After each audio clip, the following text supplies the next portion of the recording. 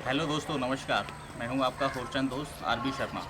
मेरे YouTube channel organic kitchen gardening with RB Sharma में आपका बहुत बहुत स्वागत है। उम्मीद है आप सब लोग अच्छे होंगे, परिवार के साथ होंगे, सकुशल होंगे।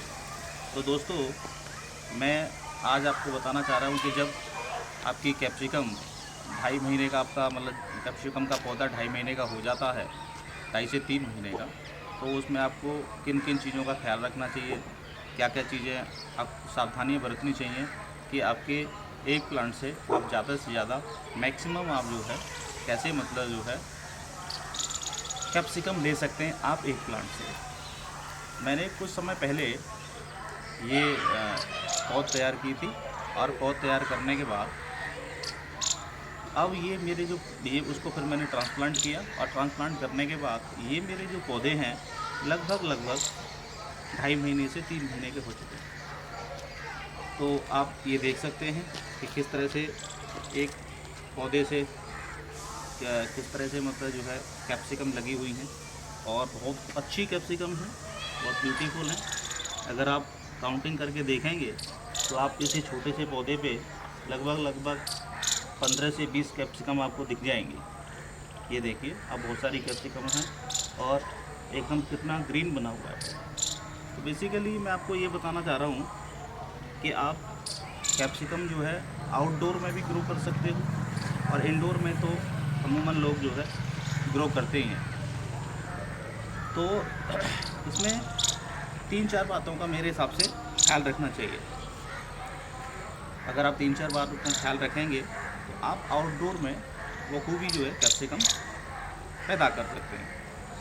सबसे पहले जब आपका पैदा 2.5 से 3 महीने का हो जाता है, तो उस समय आपको इस चीज़ का ख्याल रखना है कि आपका जो पौधा है वो फ्लोवरिंग शुरू कर देगा। जब आपका पौधा फ्लोवरिंग शुरू कर देगा तो वो जो समय है आपके पौधे के लिए मैक्सिमम पोषण देने का होता है, क्योंकि फ्लोवरिंग के बाद आपका पौधा सीधा फ्रूटिंग देगा, और फ्रूटिंग तभी देगा जब आपको पर्याप्त मात्रा में उसको आप पोषण देंगे। तो आपको सबसे पहले ये ख्याल रखना है कि आपको कौन कौन से फर्टिलाइज़र देने हैं। तो आप इस बात का अच्छी तरह से गांठ बांध लीजिए कि आपको कोई भी रासायनिक फर्टिलाइज़र यूज़ नहीं करना है। आप इसमें 3 तरह के फर्टिलाइज़र यूज़ कर सकते हैं। नंबर 1 कंपोस्ट खाद, नंबर 2 गोबर का खाद, और नंबर 3 मस्टर्ड केक से बना हुआ खाद। जो इस समय जिस कंडीशन में ये मेरा पौधा है, इस समय मस्टर्ड केक का खाद बहुत ज़रूरी होता है, क्योंकि वो उसमें मस्टर्ड केक में बहुत ज़्यादा नाइट्रोजन होती है, और नाइट्रोजन आपके पौधे की ग्रोथ के लिए बहुत ज़रूरी तत्व होता है। तो दोस्तों, ये देखिए कितने सारे अब ये फ्रूटिंग दे रहा है, लेकिन मैं इसमें इन पौधों में मैं इस समय मस्टर्ड केक नहीं दूंगा। उसकी वजह है कि मैंने 15 दिन पहले मैंने इसमें मस्टर्ड केक लगाई थी। अब मैं मस्टर्ड केक नहीं दूंगा, क्योंकि कई बार मस्टर्ड केक देने से क्या होता है, ज़्यादा नाइट्रोजन होने से हमारे पौधे जो प्लांट हैं वो जल जाते हैं। ठीक है, तो अभी मैं दूसरा खाद दे रहा हूँ, गोबर का खाद। और इस गोबर का खाद देने के लिए आप हल्की हल्की इसकी गुड़ाई कर दीजिए, और इस बात का ध्यान रखिए कि पौधे की जड़ में गुड़ाई बिल्कुल मत कीजिए, क्योंकि अगर उसकी रूट्स कट जाएंगी तो स्वाभाविक है कि आपका पौधा कमज़ोर हो जाएगा। ये देखिए, मैं इसकी हल्की हल्की गुड़ाई की दे रहा हूँ।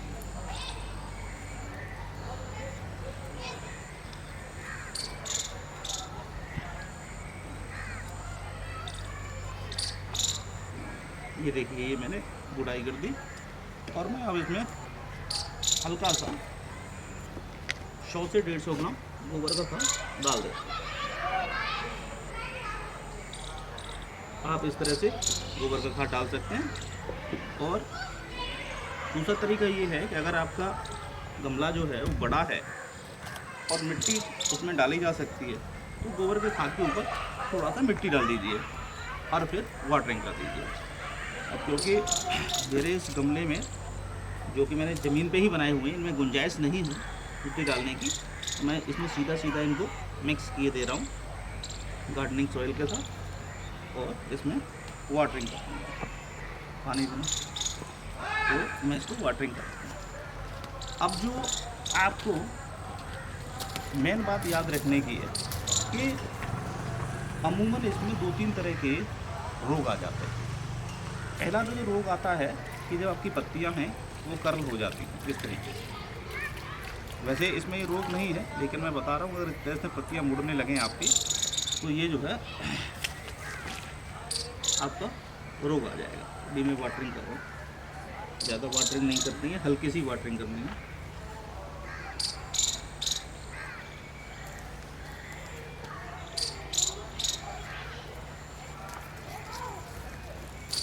तो मैं आपको बता रहा था कि मतलब जो है इसमें कौन कौन से रोग आ जाते हैं। तो पहला मैं इसको बता रहा था, ये मरोड़िया रोग होता है जो अमूमन आ जाता है। तो इसमें आप कोई भी किसी भी तरीक़ा का रासायनिक खाद मत दीजिए सॉरी रासायनिक खाद मत दीजिए, और रासायनिक कोई भी छिड़काव मत कीजिए। रासायनिक छिड़काव करने से क्या होगा कि आप, क्योंकि ये घर के लिए आप ग्रो कर रहे हैं सारे के सारे, मतलब जो जितने भी फ्रूट्स आप ले रहे हैं या कैप्सिका ले रहे हैं या कोई भी ले रहे हो, वेजिटेबल्स ले रहे हो, तो उसमें रासायनिक हमको खादों का या छिड़काव या जो भी है हमारे पास कोई फर्टिलाइजर उनको यूज़ नहीं करना, ठीक है।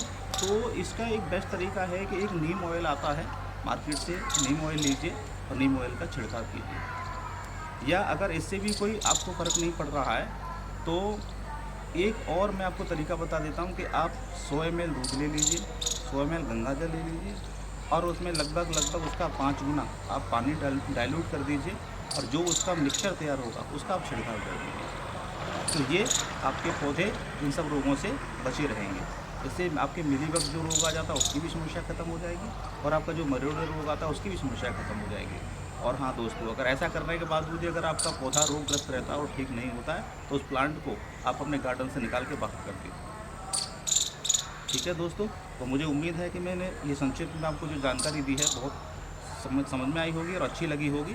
और अगर आपको अच्छी लगी हो तो दोस्तों इसको, चैनल को सब्सक्राइब कर लीजिए जो नए हैं, और जो पुराने पीछे से देखते चले आ रहे हैं वे सब दोस्त इसको शेयर करें और लाइक करें। बहुत बहुत शुक्रिया। तो दोस्तों नए विषय के साथ, नए टॉपिक के साथ मैं दोबारा आपसे फिर मुलाकात करूँगा। नमस्कार।